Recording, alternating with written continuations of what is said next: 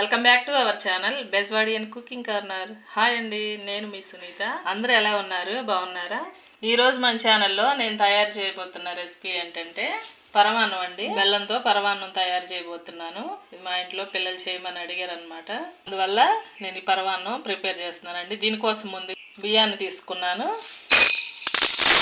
ఒక పావు సేరు బియ్యాన్ని తీసుకున్నానండి. వీటిని శుభ్రంగా కడిగి కొంతసేపు నానబెట్టుకుందాము. బియ్యం కడిగి తీసుకొచ్చాను. ఇప్పుడు నానబెట్టుకుందామండి. టైం ఉంటే కనుక ఒక హాఫ్ అన్ అవర్ నానబెట్టుకోండి, లేదంటే ఒక పావు గంట నానబెట్టుకున్నా సరిపోతుందండి. ఎందుకంటే తొందరగా నాని అనుకో తొందరగా కుక్ అవుతుంది అనమాట రైస్ అనేది. అందువల్ల నేను కడిగి నానబెట్టుకుంటున్నాను. మా ఇంట్లో నేను ఎలా చేస్తానండి, నేను రైస్ ఏ గ్లాస్తో అయితే కొలుచుకున్నానో అదే గ్లాస్తో ఒక హాఫ్ గ్లాసు సగ్గుబియ్యం కూడా తీసుకున్నానండి. గ్లాస్ వాటర్ పోసుకొని సగ్గుబియ్యం కూడా నానబెట్టుకున్నాము. ఓకే అండి, పరమాన్నం ప్రిపేర్ చేసుకోవడానికి ముందుగా పాత్ర పెట్టుకున్నాను మందపాటిది. ఇప్పుడు ఇందులో ఉడికించుకోవటానికి వాటర్ పోసుకుందామండి. వాటర్ అయితే నేను ఎసురుకి పోసుకుంటున్నాను కదండి. రైస్ వచ్చి నేను ఒక గ్లాస్ తీసుకున్నాను. అదే గ్లాస్తో హాఫ్ గ్లాసు సగ్గుబియ్యం తీసుకున్నాను. 1.5 గ్లాస్ అండి టోటల్గా. ఈ రైస్కి వచ్చి నేను 5 గ్లాసుల వాటర్, అదే గ్లాస్తో 5 గ్లాసుల వాటర్ ఎసురు పోసుకున్నాను. ఓకే అండి, ఎసరు మరుగుతుంది కదా, నానబెట్టి ఉంచుకున్న రైస్ని ఇందులో వేసేసుకుంటున్నాను.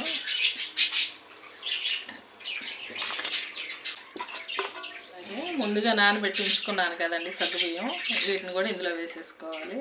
ఇవి మెత్తగా ఉడికేంత వరకు ఈ రైస్ని ఉడికించుకోవాలండి. ఇది అన్నాన్ని ఈ విధంగా ఉడికించుకున్నాను. ఉడికిపోయిందండి. ఇప్పుడు ఇంకా కొంచెం ఉడకాలన్నమాట. అది పాలు పోసుకున్న తర్వాత పాలతో ఉడుకుతుంది, అప్పుడు సరిపోతుంది. ఇప్పుడు ఇందులో పాలు పోసుకుందామండి. పాలు వచ్చి నేను 5 గ్లాసుల పాలు ముందుగానే మరిగించుకొని పక్కన ఉంచుకున్నాను. ఈ పాలు ఇందులో పోసేసుకుందాం. చక్కటి పాలు అయితే చాలా బాగుంటుందండి పరమాన్నం. కలిపేసుకుందాము. 20% ఈ పాలతో ఉడికిపోతుందండి, బాగుంటుంది. చూసారు కదా, ఇలా ఉందన్నమాట. ఉడికించుకుందామండి రైస్ని. ఆ తర్వాత బెల్లం వేసుకుందాము. ఒక 10 నిమిషాల పాటు ఉడికించాను అన్నమాట పాలతో. ఇందులోకి పావు కేజీ బెల్లాన్ని తీసుకున్నానండి. బెల్లాన్ని ఇందులో వేసేసుకుందాం. ఒకవేళ డస్ట్ ఉంటే కనుక బెల్లంలో కరిగించుకొని వడకట్టుకొని పోసుకోండి, లేకపోతే కనుక ఇలా వేసేసుకోవచ్చండి. డస్ట్ ఏం లేదనమాట, నీట్గానే ఉంది, అందుకని వేసేస్తున్నాను. పావు కప్పు షుగర్ కూడా వేసుకుందాము. అలాగే చిటికెడు సాల్ట్ కూడా వేసుకుందామండి. స్వీట్లో ఎప్పుడైనా కొంచెం సాల్ట్ కూడా వేసుకుంటే బాగుంటుంది.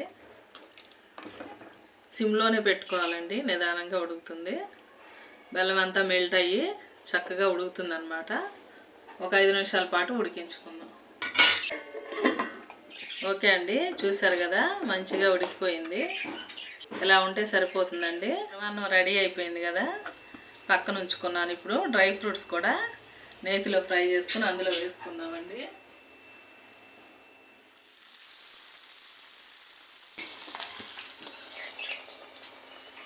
యాలకుల పొడి కూడా ఇందులో వేసేసుకుందామండి. సరి కలిపేసుకున్నాము. నెయ్యి యాడ్ చేసుకుందామండి, బాగుంటుంది.